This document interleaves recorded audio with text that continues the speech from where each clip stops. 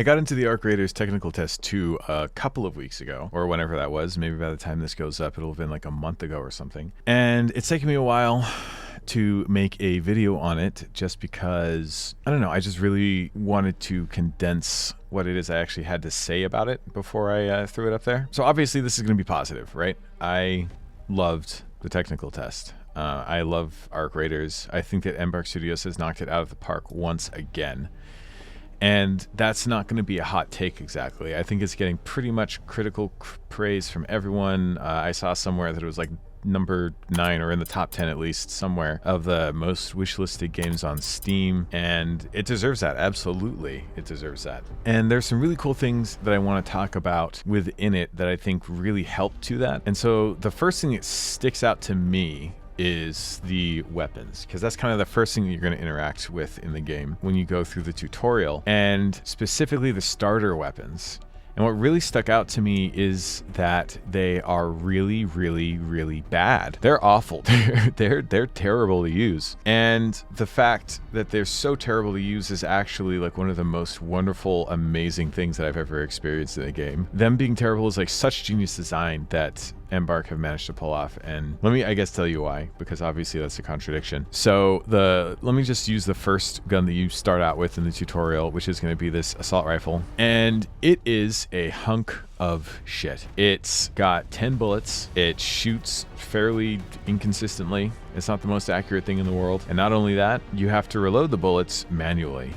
You don't actually like change out a magazine the way that you would with like a modern assault rifle. You have to top load each bullet in. I guess they let you do it 2 at a time, but still it takes long as hell. And then you, because it's automatic, run out of those 10 bullets so fast, and it doesn't do a whole lot of damage. And once you get into the game further, I don't think it's any sort of spoiler now to talk about the fact that there is crafting.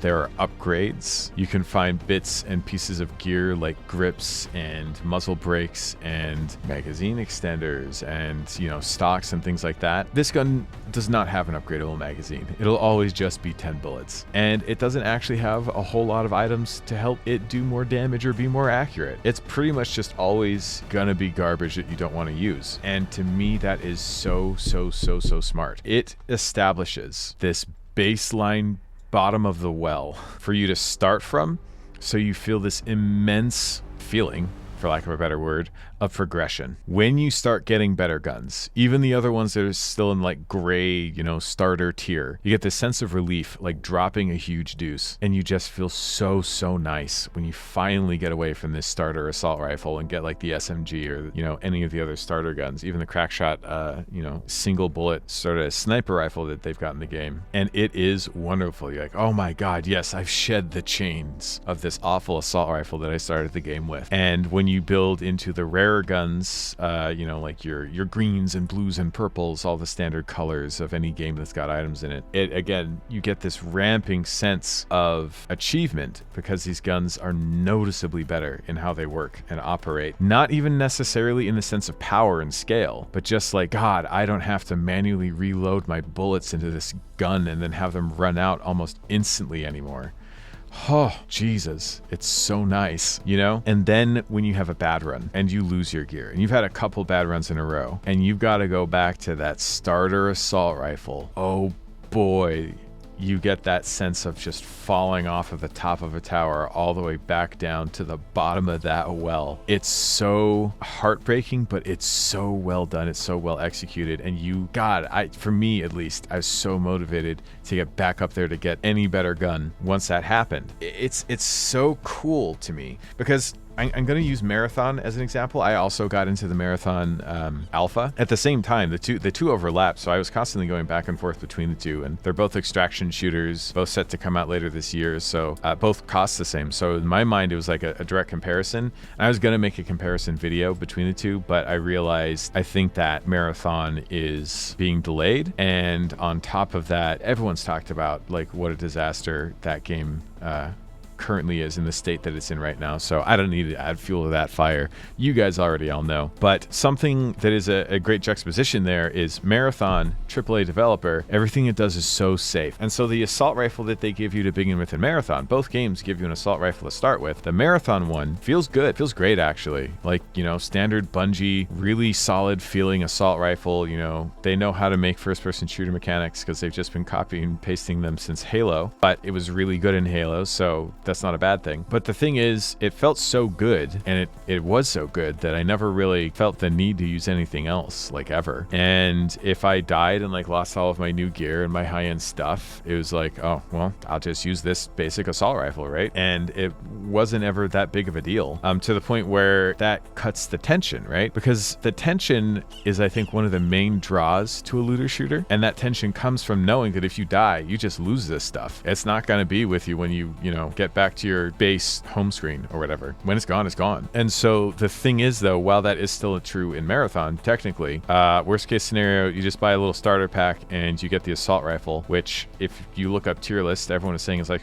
one of the best guns in the game. So it's like, oh, boo-hoo, I have to start over with one of the best guns in the game. And granted, unupgraded, so it's not putting out as much damage, but it's just like, yeah. And I mean, like, the upgrades in that game really change it very minimally. And that's another thing that I really want to talk about with Arc Raiders. This video will probably be titled something like Arc Raiders really nails its weapons. The upgrades that they do in Arc Raiders feel so fantastic for a couple of reasons. One, they really do change the way that a gun works and operates. And the example I want to use is the SMG, the sort of beginner SMG that you get in Arc Raiders. When you first get it, it's actually much more just like a machine pistol.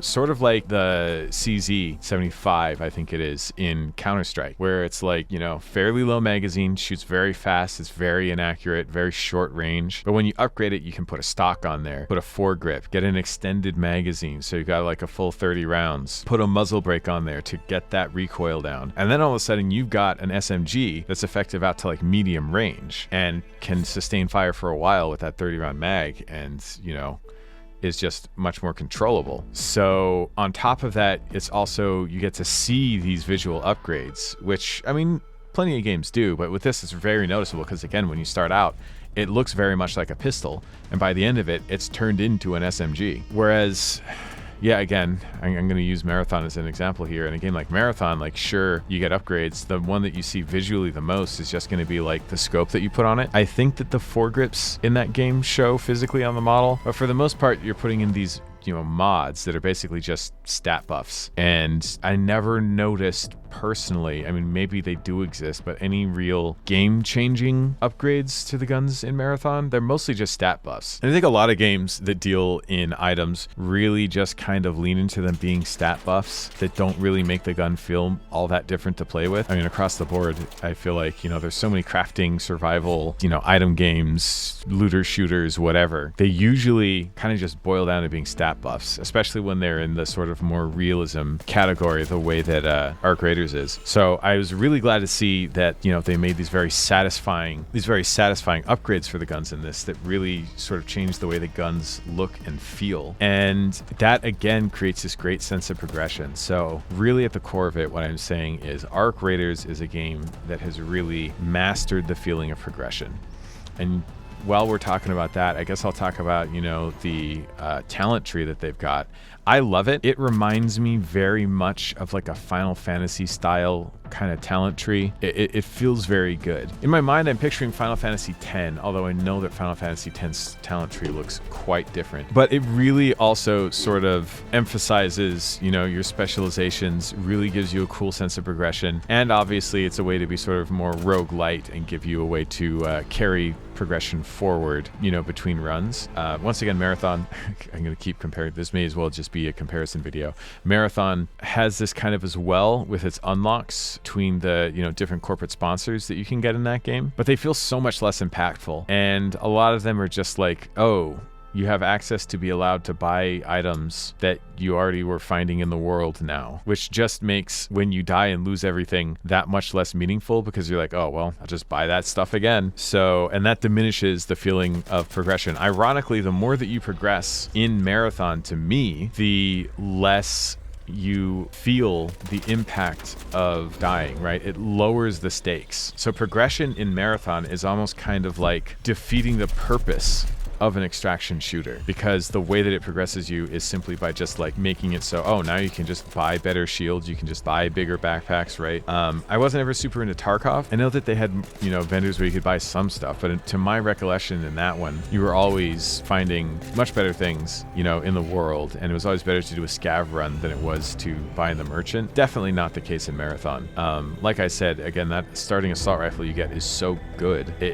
I never felt the need to go and buy other stuff, but you know, back to Arc Raiders, they do a fantastic job of it. And yes, Arc Raiders has merchants and you can buy weapons from them, but the merchant in Arc Raiders, yeah, like I was saying with Tarkov, it feels much more like in Tarkov, where it's like a last resort. You don't want to do it and it doesn't feel good doing it, and it's sort of like overly expensive, so it's not something you can repeat and do over and over again. And so even if you do end up buying weapons or gear from the merchants there, that itself feels like a setback to your progress and feels like a negative that you want to avoid, which keeps the tension up in these matches that you're in. And so I would say feeds into the progression of the game very, very well. So yeah, that's kind of what I just wanted to talk about, is I think that Arc Raiders is super well designed. I think that the guns are great. I think the way that they tie everything into the progression feels great, and the way that they maintain that sense of tension by, you know, keeping everything in check. So that way when you lose your gear, it does feel devastating, which is a core component of, you know, the genre.